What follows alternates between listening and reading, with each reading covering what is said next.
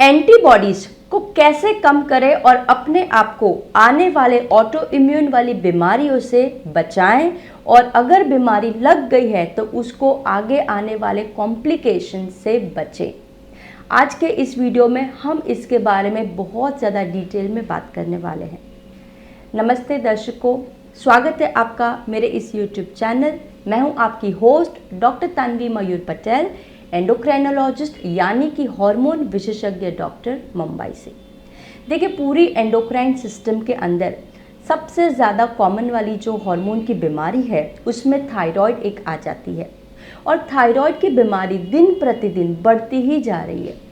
पहले कुछ सालों पहले ये बीमारी इतनी कॉमन नहीं थी जितनी वो आज बन चुकी है, और आगे आने वाले भविष्य में ये बीमारी और बढ़ती भी जाने वाली है। क्यों वजह है? क्योंकि इसके पीछे है आपके शरीर की खुद ही की इम्यून सिस्टम यानी रोग प्रतिकारक क्षमता। जब आप ही की इम्यून सिस्टम आप ही के शरीर के ऊपर हमला करती है तो लेके आती है ऑटो इम्यून की बीमारियाँ। अब ये ऑटो इम्यून की बीमारियाँ बहुत ज़्यादा कॉमन है। थायराइड की बीमारी हो सकती है, या तो फिर आपके जोड़ों में रूमेटॉइड आर्थराइटिस हो सकता है, या तो आपकी चमड़ी में सोरियासिस जैसे बीमारी हो सकती है, या तो पेट में आने वाली सीलियाक डिजीज़ या तो टाइप 1 डायबिटीज़। ये सभी समस्याओं को ऑटो इम्यून बीमारियों में माना जाता है, और ये सभी समस्याओं के पीछे की जो जड़ है ये कहीं बाहर से नहीं आ रही। ये कोई ऐसा नहीं है कि मच्छर के काटने से आया या तो फिर कोई बैक्टीरिया या वायरस से आ गया। ये बीमारी उभर ही रही है आपके अंदरूनी शरीर में से, और इसको कैसे ठीक करें, कैसे इम्यूनिटी को आपको सही तरीके से करना है ताकि आपकी एंटीबॉडीज़ की संख्या दिन प्रतिदिन कम होती जाए और ना कि बढ़े। तो इसी के लिए हम आज बहुत ज़्यादा डिटेल्स में बातचीत करेंगे। तो जैसे ही अगर आपको पता चलता है कि आपको थायराइड की समस्या है, तो वैसे केसेस में आपके डॉक्टर आपकी एंटीबॉडीज़ की भी जांच कराएंगे। अभी एंटीबॉडीज़ 3 टाइप की होती है: anti TPO antibody, anti thyroglobulin antibody, और एंटी जो TSH रिसेप्टर एंटीबॉडीज जिसको कहते हैं ट्रैप के नाम से हम जानते हैं। तो तीनों एंटीबॉडीज़ अगर आपके शरीर में पॉजिटिव पाई जाती है तो ये बात का श्योरिटी हो जाती है कि आपकी जो थायराइड की समस्या है वो ऑटो इम्यून के वजह से आई गई है। अब देखिए, साधारण केस में ये वाली एंटीबॉडीज़ को बार बार दोहराना ज़रूरी है या नहीं ज़रूरी है, उसके लिए मैंने खास एक अलग वीडियो बनाया है। वो आप वीडियो को डेफिनेटली देखिएगा, आपके बहुत सारे पैसे बच जाएंगे टेस्टिंग में, ठीक है। तो जैसे ही एंटीबॉडीज़ की जांच कराई है, आपको पता चला है आपको एंटीबॉडीज़ बढ़ी हुई आई है। अब जैसे ही एंटीबॉडीज़ बढ़ी हुई आती है ना, तो क्लिनिक में सबसे ज़्यादा पेशेंट यही सवाल पूछते हैं, डॉक्टर कुछ दवाई लिखिए ना ये एंटीबॉडीज़ कम करने के लिए। तो देखिए, इसकी कोई दवाई नहीं आती, लेकिन हाँ, आपकी लाइफस्टाइल में आप बहुत सारे ऐसे चेंजेस कर सकते हैं जिससे ये एंटीबॉडीज़ कम हो सकती है। और क्या वो उपाय है, वहीं पे हम आज ज़्यादा बात करेंगे, ठीक है। तो जब भी आपको थायराइड की समस्या है, या तो हाइपरथायरॉयडिज्म आया है ग्रेव्स डिजीज़, या तो हाइपोथायरॉयडिज्म हाशिमोटोज डिजीज़, दोनों की समस्या की जब भी डॉक्टर दवाई लिखते हैं, जैसे कि हाइपोथायरॉयडिज्म में लिखी जाती है लिवोथायरॉक्सिन, और हाइपरथायरॉयडिज्म में लिखी जाती है कार्बिमाजोल, मेथिमाजोल, या तो प्रोपाइल थायोयूरासिल, या तो कभी कभी हम रेडियो एक्टिव आयोडीन भी दे देते हैं, या तो कभी कभी कोई मरीज को ऑपरेशन भी करा देते हैं। लेकिन समझिए, ये जो भी आपने ट्रीटमेंट कराई है ना, इससे आपका पौधा गया है, उसके नीचे की जड़ नहीं कटी है। जी हाँ, और जब तक आप जड़ पे नहीं कार्य करेंगे आपको ऑटो इम्यून वाली समस्या बढ़ती जाएगी। हो सकता है आज सिर्फ थायराइड है, कल को आपको पेट की समस्या लग जाए, चमड़ी की लग जाए, या तो फिर डायबिटीज़ टाइप 1 जैसा भी समस्या भी बढ़ सकती है। तो ये सब से अगर आपको बचना है तो आपको आपकी एंटीबॉडीज़ को कम करना बहुत ज़्यादा ज़रूरी है। और कैसे कम होगी, यही हम आज के इस वीडियो में बात करेंगे ताकि आपका प्रोग्रेशन ना हो। देखिए, लिवोथायरॉक्सिन या तो हाइपरथायरॉयड की दवाइयों के वजह से आपकी एंटीबॉडीज़ कम नहीं होती। जी हाँ, क्या होता है, मरीज़ को हमने दवाई लिख दी है, फॉलोअप में आते हैं, खुद से ही टेस्ट करा के आ जाते हैं एंटीबॉडीज़ की, फिर कंपेयर करते हैं, डॉक्टर साहब पहले 500 था अब 600 हो गया, यानी हमारी दवाई काम नहीं कर रही। जी नहीं, ऐसा नहीं होता। ये दवा आपकी एंटीबॉडीज़ को कम नहीं करने वाली, ये दवा आपके जो थायराइड में जो गड़बड़ी आई है, जो हार्मोन की गड़बड़ है, उसको ठीक करेगी। ठीक है, तो ये जो एंटीबॉडीज़ जो होती है ना, ये आपकी ही खून की इम्यून सिस्टम बनाती है। और ये जो एंटीबॉडीज़ जो होती है, ये आपके थायराइड की ग्रंथि या तो और भी कोई शरीर की एरियाज़ पे अटैक करती है, और जैसे ही उन पे अटैक करती है तो वो जो भी जहाँ पे भी अटैक हुआ है वहाँ पे बहुत ज़्यादा इन्फ्लेमेशन यानी अंदरूनी सूजन आ जाती है, और वो कोशिकाओं के अंदर नुकसान पहुँच जाता है, और उसके वजह से वो कोशिकाएं ठीक से कार्य नहीं कर पाती, और थायराइड के केस में वो सही मात्रा में हार्मोन नहीं बना पाती।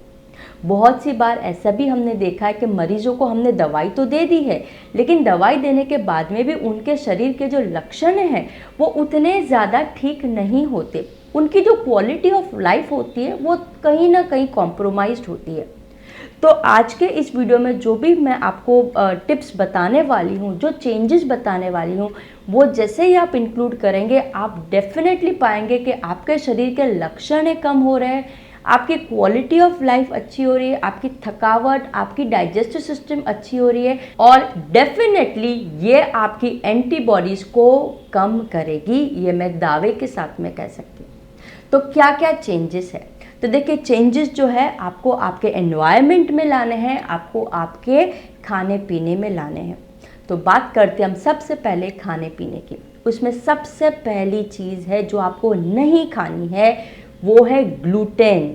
जी हाँ, देखिए ग्लूटेन जो है ना वो एक प्रोटीन है, और ज़्यादा करके ये प्रोटीन पाया जाता है गेहूं में से। अभी हमारे भारत देश में सबसे ज़्यादा लोग गेहूं खाते हैं, सोचते हैं कि गेहूं की बनी हुई रोटियां बहुत ज़्यादा हेल्दी है। डेफिनेटली हेल्दी है, लेकिन थायराइड के और ऑटो इम्यून वाले रोगियों के लिए ये हेल्दी नहीं है। क्यों? क्योंकि देखिए ग्लूटेन का जो प्रोटीन होता है ना, उसका केमिकल स्ट्रक्चर और कहीं ना कहीं हमारे थायराइड के मॉलिक्यूल से काफ़ी मिलता जुलता है, और इसीलिए जब भी किसी भी मरीज़ को ग्लूटेन वाला प्रोटीन हजम नहीं होता बराबर से, तो उसके पेट में एक लीकी गट वाली समस्या आ जाती है। और लीकी गट जैसे ही रहेगा तो क्या होगा, जो भी आपने गेहूं खाया है उसका जो ग्लूटेन वाला प्रोटीन जो है वो आपके इंटेस्टाइन आंतड़ी से बह के पहुंच जाता है खून के अंदर।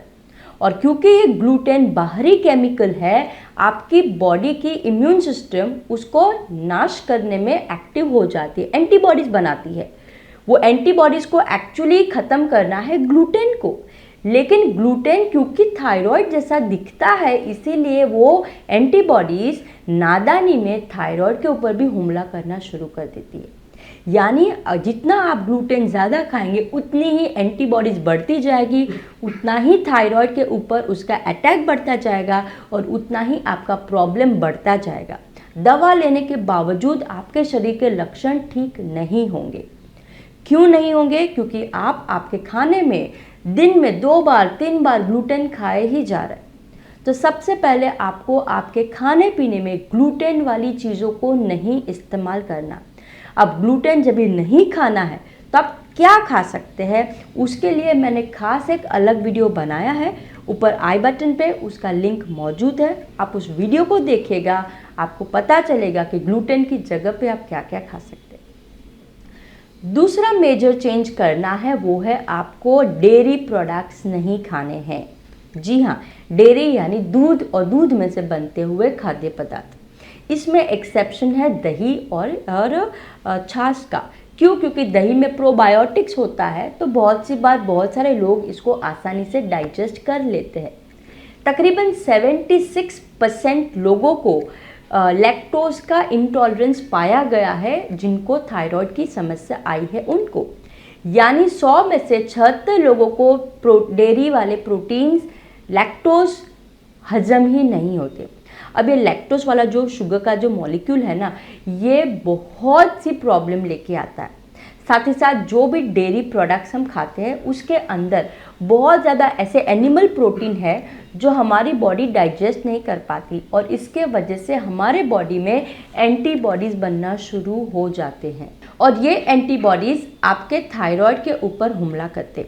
यानी दूसरा मेजर चेंज आपको लाना है वो है आपको डेयरी के प्रोडक्ट्स बंद कर देने हैं, ठीक है।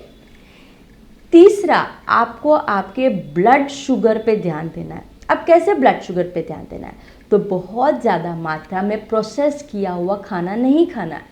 अब देखिए, जो भी प्रोसेस खाना आप खाएंगे उसमें ज़्यादा तला हुआ रहता है, सही तरीके का तेल इस्तेमाल नहीं होता, सही तरीके का नमक इस्तेमाल में नहीं होता और उसमें ग्लूटेन भी इंक्लूड होता है।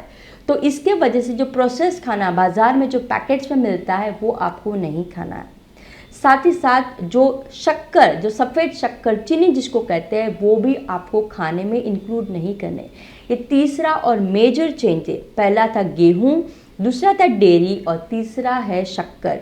ये तीनों को आपको डेफिनेटली 100% बंद कर देना है और आप खुद ही पाएंगे कि आपके शरीर के एंटीबॉडीज़ कितनी तेज़ी से कम आने शुरू हो जाते हैं। चौथा, आपको इंक्लूड करना है एंटी इन्फ्लेमेटरी खाना। देखिए, जो भी हम खाना पीना खाते हैं उससे ही हमारी पूरी बॉडी बनती है। यानी जितना आप खाने पीने पे ध्यान देंगे उतनी ही आपकी ऑटो इम्यून की जड़ जो है वो धीरे धीरे करके ख़त्म होनी शुरू हो जाएगी। तो एंटी इन्फ्लेमेटरी खाने में आपको ज़्यादा मात्रा में हरी सब्जियां है, ग्रीन लीफी पत्ते वाली सब्जियां है, फल है, उसका इस्तेमाल करना है। हमारे भारत देश में बहुत ज़्यादा मात्रा में मसाले उपलब्ध है और ये सभी मसाले स्पाइसेस में बहुत ज़्यादा एंटी इन्फ्लेमेटरी प्रॉपर्टीज़ है। यानी ये सभी मसालों का आप इस्तेमाल कर सकते हैं। दूसरा है लो कार्बोहाइड्रेट डाइट। जी हाँ, हमारा जो खाने पीना जो बन चुका है आज के इस दौर में, उसमें सबसे ज़्यादा मात्रा में हम कार्बोहाइड्रेट ही खाते हैं और ये ज़्यादा बढ़ा हुआ कार्बोहाइड्रेट ही है आपके शुगर के आने वाले फ्लक्चुएशंस की वजह। साथ ही साथ जितना ज़्यादा कार्बोहाइड्रेट लेंगे उतना ही ज़्यादा आपका वज़न बढ़ता है और थायराइड के मरीज़ों को वैसे भी वज़न की काफ़ी मेजर समस्या है। यानी आपको आपके खाने पीने में कार्बोहाइड्रेट की मात्रा कम करनी है और प्रोटीन और फैट की मात्रा बढ़ानी है। अब जब हम फैट की बात करें तो इसका मतलब ये नहीं है कि आपको ज़्यादा मात्रा में चीज़ है, बटर है, वैसे चीज़ों को इस्तेमाल करते रहना है। वैसे भी ये डेयरी प्रोडक्ट्स हैं, आपको अवॉइड करने। तो आपके खाने में गुड फैट, जो अच्छा फैट जिसको हम कहते हैं, उसको इंक्लूड करना है, जिसमें आ जाता है आवाकाडो आ जाता है, फिर नट्स आ जाते हैं, फिर नारियल है, नारियल का तेल है, ऑलिव ऑयल है, ये सभी में घी है, इसमें सभी में अच्छी मात्रा में और गुड फैट, गुड कोलेस्ट्रॉल है। और ये गुड फैट, गुड कोलेस्ट्रॉल, लो कार्बोहाइड्रेट, हाई प्रोटीन, इस सब के वजह से आपको और भी बीमारियां जैसे डायबिटीज़ है, ब्लड प्रेशर है, बढ़ा हुआ कोलेस्ट्रॉल है, हार्ट की बीमारी, वो सबसे भी आप बच पाएंगे। दूसरा, आपको आपके खाने पीने में गोइट्रोजेनिक फूड को ना कहना है। क्या होते हैं गोइट्रोजेनिक फूड? गोइट्रोजन जो है एक ऐसे प्रकार के केमिकल्स है जो थायराइड की ग्रंथि के कार्य करने में सबसे ज़्यादा प्रॉब्लम और अड़चन लेके आते हैं। तो जितना ज़्यादा मात्रा में आप गोइट्रोजेनिक फूड खाएंगे उतना ही आपका थायराइड अच्छे से हील नहीं होगा और आपकी ऑटो इम्यून की समस्या बढ़ती ही जाएगी। तो गोइट्रोजेनिक फूड में आ जाता है कच्ची गोभी है, कच्चा कॉलीफ्लावर है, कच्चा ब्रोकोली है, पालक है। ये सभी फूड को आपको ज़्यादा मात्रा में नहीं खाना। अगर आप इसको खाना पसंद करते हैं तो आपको इनको पका के खाना है और हफ्ते में एक आधी 2 बार आप मैक्सिमम खा सकते हैं और कम मात्रा में खाइए। साथ ही साथ गोइट्रोजेनिक फूड के साथ में आपको दूसरा एक खाद्य पदार्थ नहीं खाना है जिसका नाम है सोया के प्रोडक्ट। सोया के प्रोडक्ट भी थायराइड के मरीजों की एंटीबॉडीज़ बहुत ज़्यादा बढ़ाते हैं। यानी ये कुछ खाने पीने में आपको चेंजेस लाने हैं जिससे आपकी एंटीबॉडीज़ धीरे धीरे करके डेफिनेटली कम होने वाली है। अब बढ़ते हैं कुछ ऐसे सप्लीमेंट्स की। जी हाँ, सप्लीमेंट्स जो थायराइड के फंक्शन और आपकी इम्यून सिस्टम के फंक्शन के लिए जो बहुत ज़्यादा ज़रूरी है, उसमें सबसे पहला है सिलेनियम। जी हाँ, सिलेनियम एक माइक्रोन्यूट्रिएंट है, बहुत ज़्यादा ज़रूरी है थायराइड के फंक्शन के लिए। सिलेनियम साधारण केस में हमारी डाइट की जो डेली अलावेंस है उसमें तकरीबन 55 माइक्रोग्राम की ज़रूरत है, लेकिन फिर भी बहुत सारे ऐसे रिसर्चेस और स्टडीज़ में पाया गया है जब भी थायराइड के मरीज़ 200 माइक्रोग्राम सिलेनियम का दैनिक इस्तेमाल करते हैं तो उनकी थायराइड की एंटीबॉडीज़ में बहुत ज़्यादा मेजर इम्पैक्ट आया है। इनफैक्ट अगर आपको थायराइड की फुल फ्लेज समस्या नहीं है और अगर आपका थायराइड जो बॉर्डर लाइन पे कहते हैं, जिसको हम सब क्लिनिकल थायराइड कहते हैं, अगर ऐसी समस्या है, एंटीबॉडी ज़्यादा है, तो वैसे केसेस में भी अगर आप सिलेनियम लेंगे तो आपको आने वाले थायराइड से आप बच पाएंगे। अच्छी बात यह है कि सिलेनियम बहुत ही कम मात्रा में हमारे शरीर में ज़रूरत होती है और उसकी कमी जो है बहुत अच्छी मात्रा में एक वेजिटेरियन सोर्स है जिसको हम ब्राज़िल नट कहते हैं, उससे कम हो सकती है। तो अगर आप ब्राज़िल नट को इस्तेमाल करते हैं तो सिलेनियम सही मात्रा में मिलेगा। बाय द वे, ब्राज़िल नट को कैसे सही तरीके से खाना है वो भी बहुत महत्वपूर्ण है।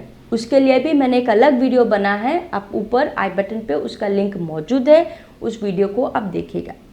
सिलेनियम की तरह और एक बहुत महत्वपूर्ण चीज़ है थायराइड के फंक्शन के लिए, वो है आयोडीन। जी हाँ, देखो, आयोडीन की कमी से भी थायराइड की समस्या आती है, लेकिन आयोडीन के सप्लीमेंट लेने के पहले आप आपकी खुद की आयोडीन की डेफिशिएंसी है या नहीं उसकी जांच करवाइए, क्योंकि हमने बहुत बार ऐसा पाया कि बहुत ज़्यादा मात्रा में लोग आयोडीन के सप्लीमेंट्स खाते रहते हैं और ओवर आयोडीन के वजह से थायराइड की बीमारी उभर के ज़्यादा आ जाती है, एंटीबॉडी ज़्यादा बढ़ने लगती है, तो इस पे भी आपको ध्यान देना है। तीसरा है जिंक। जिंक भी थायराइड के T3 और T4 हार्मोन बनने के लिए बहुत ज़रूरी है। साथ ही साथ T4 से T3 हार्मोन के कन्वर्जन में भी जिंक का बहुत महत्वपूर्ण फ़ायदा है। तो जिंक के सप्लीमेंट्स भी आप ले सकते हैं। दिन में तकरीबन 30 मिलीग्राम जिंक की बॉडी में ज़रूरत होती है। उसी प्रकार एक है विटामिन, जिसका नाम है विटामिन डी। बहुत सारे मरीजों को जब विटामिन डी की कमी होती है तो ऑटो इम्यूनिटी वाली समस्या बढ़ती है, एंटीबॉडीज़ बढ़ती है, और वैसे भी थायराइड के मरीजों को विटामिन डी की रिक्वायरमेंट सादे के लोगों से थोड़ी ज़्यादा ही होती है, यानी विटामिन डी का सप्लीमेंटेशन भी बहुत ज़रूरी है। बहुत नेचुरल तरीका है, सुबह की सूरज की रोशनी को आप एडिक्वेट लेंगे तो आपको विटामिन डी के सप्लीमेंट्स की भी ज़रूरत नहीं पड़ती। उसी प्रकार विटामिन बी भी बहुत ज़रूरी है। विटामिन बी की कमी से भी थायराइड की एंटीबॉडीज़ को बढ़ावा मिलता है। सही मात्रा में अगर विटामिन बी रहेगा तो आपकी एनर्जी लेवल पे भी इसकी अच्छी असर आती है, आपके बालों पे भी अच्छी असर आती है और आपकी एनर्जी फ्रेश रहेगी। साथ ही साथ अगर विटामिन बी कम रहेगा तो आपको एनीमिया जैसी प्रॉब्लम भी हो सकती है, जो वैसे भी थायराइड के मरीजों को काफ़ी कॉमन होती है, और इसीलिए थायराइड के मरीजों को सही मात्रा में आयरन यानी लोखंड का लेना भी बहुत ज़रूरी है। तो ये सभी अगर आप सप्लीमेंट्स भी रेगुलर तौर पे लेते रहेंगे या तो आपके खाने पीने में वैसे डाइटरी चेंजेस करते रहेंगे तो आपकी एंटीबॉडीज़ बहुत ज़्यादा तेज़ी से कम होती है। ठीक है, अब बढ़ते हैं आपके स्ट्रेस की तरफ। जी हाँ, जितना ज़्यादा स्ट्रेस रहेगा उतना आपका स्ट्रेस हार्मोन कॉर्टिजोल डिस्टर्ब रहेगा, प्रोलैक्टिन डिस्टर्ब रहेगा, और उतना ही ज़्यादा आपकी एंटीबॉडीज़ बढ़ती जाएगी। स्ट्रेस मैनेजमेंट पे आपको ध्यान देना है और इसके लिए आप प्राणायाम है, मेडिटेशन है, योगा है, गहरी सांस वाली डीप ब्रीदिंग वाली एक्सरसाइज है, इसको कर सकते हैं। ठीक है, अब बढ़ते हैं टॉक्सिन एक्सपोजर की तरफ। जी हाँ, हमारे डे टू डे लाइफ में ऐसे बहुत सारे टॉक्सिन्स है जो हमें पता भी नहीं है और हमारी डे टू डे लाइफ में घुल मिल गए। आप आपके घर के ही अंदर झांक के देखेगा तो आपको तकरीबन 50 से लेकर 100 टॉक्सिन्स ऐसे ही मिल जाएंगे, और ये भी टॉक्सिन्स जो है ये हमारी एंटीबॉडीज़ को बहुत ज़्यादा बढ़ावा देती है। अब जब हम ये टॉपिक पे बात करते हैं लोगों को बिलीव नहीं होता कि ये क्या कह रहे हैं। ये सभी जो केमिकल्स जो होते हैं ना, इसको हम कहते हैं एंडोक्राइन डिसरप्टर्स, और इसके पहले मैंने एक वीडियो बनाया था एंडोक्राइन डिसरप्टर्स, जिसको देख के लोगों को बहुत ज़्यादा आश्चर्य हुआ था कि अरे ये सभी चीज़ों से भी थायराइड की समस्या आती है। जवाब है जी हाँ, आती है। क्या क्या है वो सब चीज़ें, उसके ऊपर पूरे डिटेल विस्तार में जो वीडियो बना है उसकी लिंक ऊपर आई बटन पे मौजूद है, उसको आप डेफिनेटली देखिएगा। आज के इस वीडियो में मैं वो पूरा वीडियो तो कवर नहीं करूँगी, लेकिन फिर भी कुछ पॉइंट्स जो है मैं कवर अप करना चाहूँगी। तो एंडोक्राइन डिसरप्टर्स में सबसे ज़्यादा कॉमन बन चुका है वो है आपका प्लास्टिक। जी हाँ, आप खुद ही घर पे आपके देख लीजिए प्लास्टिक कहाँ कहाँ छुपा है।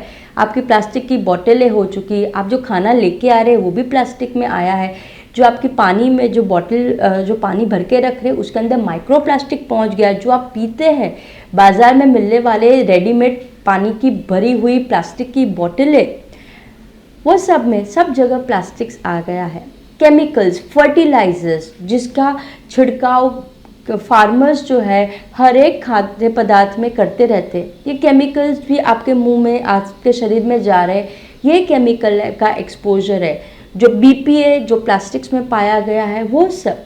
स्मोकिंग, लोग धूम्रपान करते हैं जिसमें कैडमियम होता है, ये कैडमियम की भी हैवी मेटल टॉक्सिसिटी होती है जिसके वजह से आपको थायराइड की समस्या होती है। और अगर खास करके हाइपर थायराइड वाले मरीज जब स्मोक करते हैं तो उसके वजह से उनकी आंखों पे तो बहुत बड़ा मेजर चेंजेस आता है और उनकी आंखों में एक्सॉप्थेल्मोस जैसी समस्या आ चुकी है। यानी ये सभी मेटल की टॉक्सिसिटी है। जो फिश, जो मछली जो आप खा रहे हो उसके अंदर मर्क्यूरी अगर ज़्यादा है तो मर्क्यूरी टॉक्सिसिटी होती है और आपको पता भी नहीं है, नादानी में ये सब आप खा रहे हैं, पी रहे हैं, उसके वजह से आपके शरीर में कितनी ज़्यादा टॉक्सिसिटी हो रही है और कितना एंटीबॉडीज़ बनना शुरू हो जाता है। यानी ये सभी टॉक्सिक एक्सपोजर के ऊपर आपको कार्य करना है और जितना ज़्यादा हो सके आप ऑर्गेनिक खाद्य पदार्थ का इस्तेमाल कीजिए। कपड़ों में से बनी हुई बैग्स है उसका इस्तेमाल कीजिए। मिट्टी के बर्तन है या तो फिर जो लोहे कास्ट आयरन के बर्तन है या जो स्टेनलेस स्टील उसके बर्तनों का इस्तेमाल कीजिए। आजकल बहुत बड़ी फैशन सी बन चुकी है, लोग अपने घर में माइक्रोवेव इस्तेमाल करते हैं, फिर खाने पीने को गर्म करने के लिए प्लास्टिक के बर्तनों का इस्तेमाल करते हैं, साथ ही साथ इस्तेमाल करते हैं नॉन स्टिक कुकवेयर जिसके ऊपर कोटिंग लगी हुई है ताकि कम तेल में खाना बन जाए। लेकिन ये सभी कोटिंग में बहुत ज़्यादा मात्रा में एंडोक्राइन डिसरप्टर्स है। एल्यूमिनियम की फॉइल है, ये सब चीज़ें जो आपके घर में ऐसी नादानी में आ गई है जो आपको एंडोक्राइन डिसरप्शन की तरीके से आपकी इम्यूनिटी को बहुत ज़्यादा परेशान कर देती है और आपकी थायराइड और भी बहुत सारी ऑटो इम्यून वाली बीमारियां लेके आती है। यानी ये सब चीज़ों पे भी आपको खास ध्यान देना है। दूसरा ध्यान देना है आपके शरीर के कुछ छुपे हुए कुछ ऐसे इन्फेक्शन, उसमें बहुत ज़्यादा कॉमन है आपके पेट में छुपी हुई इन्फेक्शन, जैसे कि गट इन्फेक्शन जिसको हम कहते हैं, एच पाइलोराई जो एक खास प्रकार का माइक्रो ऑर्गेनिज्म है जिसके इन्फेक्शन के वजह से भी शरीर में ऑटो इम्यून वाली बीमारी आती रहती है, एंटीबॉडीज़ बनती रहती है। और अगर आपको ऐसे इन्फेक्शन है तो आपको आपके नज़दीकी डॉक्टर के पास जाना है, उसकी जांच कराइए और अगर है तो उसका इलाज भी कराना ज़रूरी है। ठीक है, तो ये सब अगर आप चेंजेस करेंगे आपकी डे टू डे लाइफस्टाइल में तो 100% आपकी एंटीबॉडीज़ कम होएगी और जितनी ज़्यादा एंटीबॉडीज़ कम होगी उतनी ही अच्छी आपकी होगी क्वालिटी ऑफ लाइफ, उतना ही अच्छा होगा आपके थायराइड की हीलिंग की जर्नी। धीरे धीरे करके आपकी जो दवा का जो खुराक है उसका डोज भी कम होते जाएगा। जी हाँ, ये भी एक बहुत कॉमन सा प्रॉब्लम हो चुका है। जब मरीज़ आते हैं फॉलोअप्स के लिए तो क्योंकि उन्होंने ये सब चेंजेस नहीं किए, एंटीबॉडीज़ बढ़ती जा रही है, एंटीबॉडीज़ थायराइड को डिस्टर्ब करती जा रही है, थायराइड कार्य नहीं कर पा रहा है, थायराइड की हार्मोन की ज़रूरत बढ़ती जाती है और इसके लिए डॉक्टर आपका डोज धीरे धीरे बढ़ाते लगता है। 25 से 50 आता है, 50 से 75, 75 से 100 और लोगों को डर लगता है कि अरे बाप रे कितना डोज खाएं हम। पूछते थे डॉक्टर ये खुराक कैसे कम करें। अगर आपको खुराक डोज कम करनी है तो उसके लिए आपको उसकी जड़ पे काम करना है और जो जड़ कैसे आपकी ठीक होगी जिसके लिए मैंने ऑलरेडी अभी बताया है। ये पूरे वीडियो को आप अच्छे से फॉलो कीजिएगा और मैं चाहती हूँ आप आपकी डे टू डे लाइफस्टाइल में इसे फॉलो कीजिए क्योंकि इससे आपकी एंटीबॉडीज़ बहुत ज़्यादा कम होगी और आपको थायराइड की ये समस्या से हो सकता है छुटकारा भी मिल जाए। ठीक है, मैं आशा करती हूँ आज के इस वीडियो के बाद में आपको कुछ अच्छी नई और सही जानकारी हासिल हुई। अगर हाँ तो लाइक बटन पर ज़रूर क्लिक कीजिए। अगर आप मेरे इस चैनल पर नए हैं, पहली बार आए हैं, तो प्लीज़ इसे सब्सक्राइब करना ना भूलें ताकि ज़्यादा से ज़्यादा हार्मोन रिलेटेड जानकारी आपको मिलती रहे। और अगर आपके कोई भी निजी पर्सनल सवाल है जिसका जवाब आप ढूंढ रहे हैं, पता नहीं किसको पूछे, हमारे छोटे गांव में थायराइड के स्पेशलिस्ट डॉक्टर नहीं है, वैसा सब है तो नीचे कमेंट बॉक्स में लिखिए। मैं हर एक कमेंट्स को पढ़ते रहती हूँ, जल्द से जल्द जवाब देने की भी कोशिश करती हूँ। ठीक है, अगली बार वापस मिलेंगे कोई एक नए इंटरेस्टिंग टॉपिक के साथ। तब तक नमस्ते।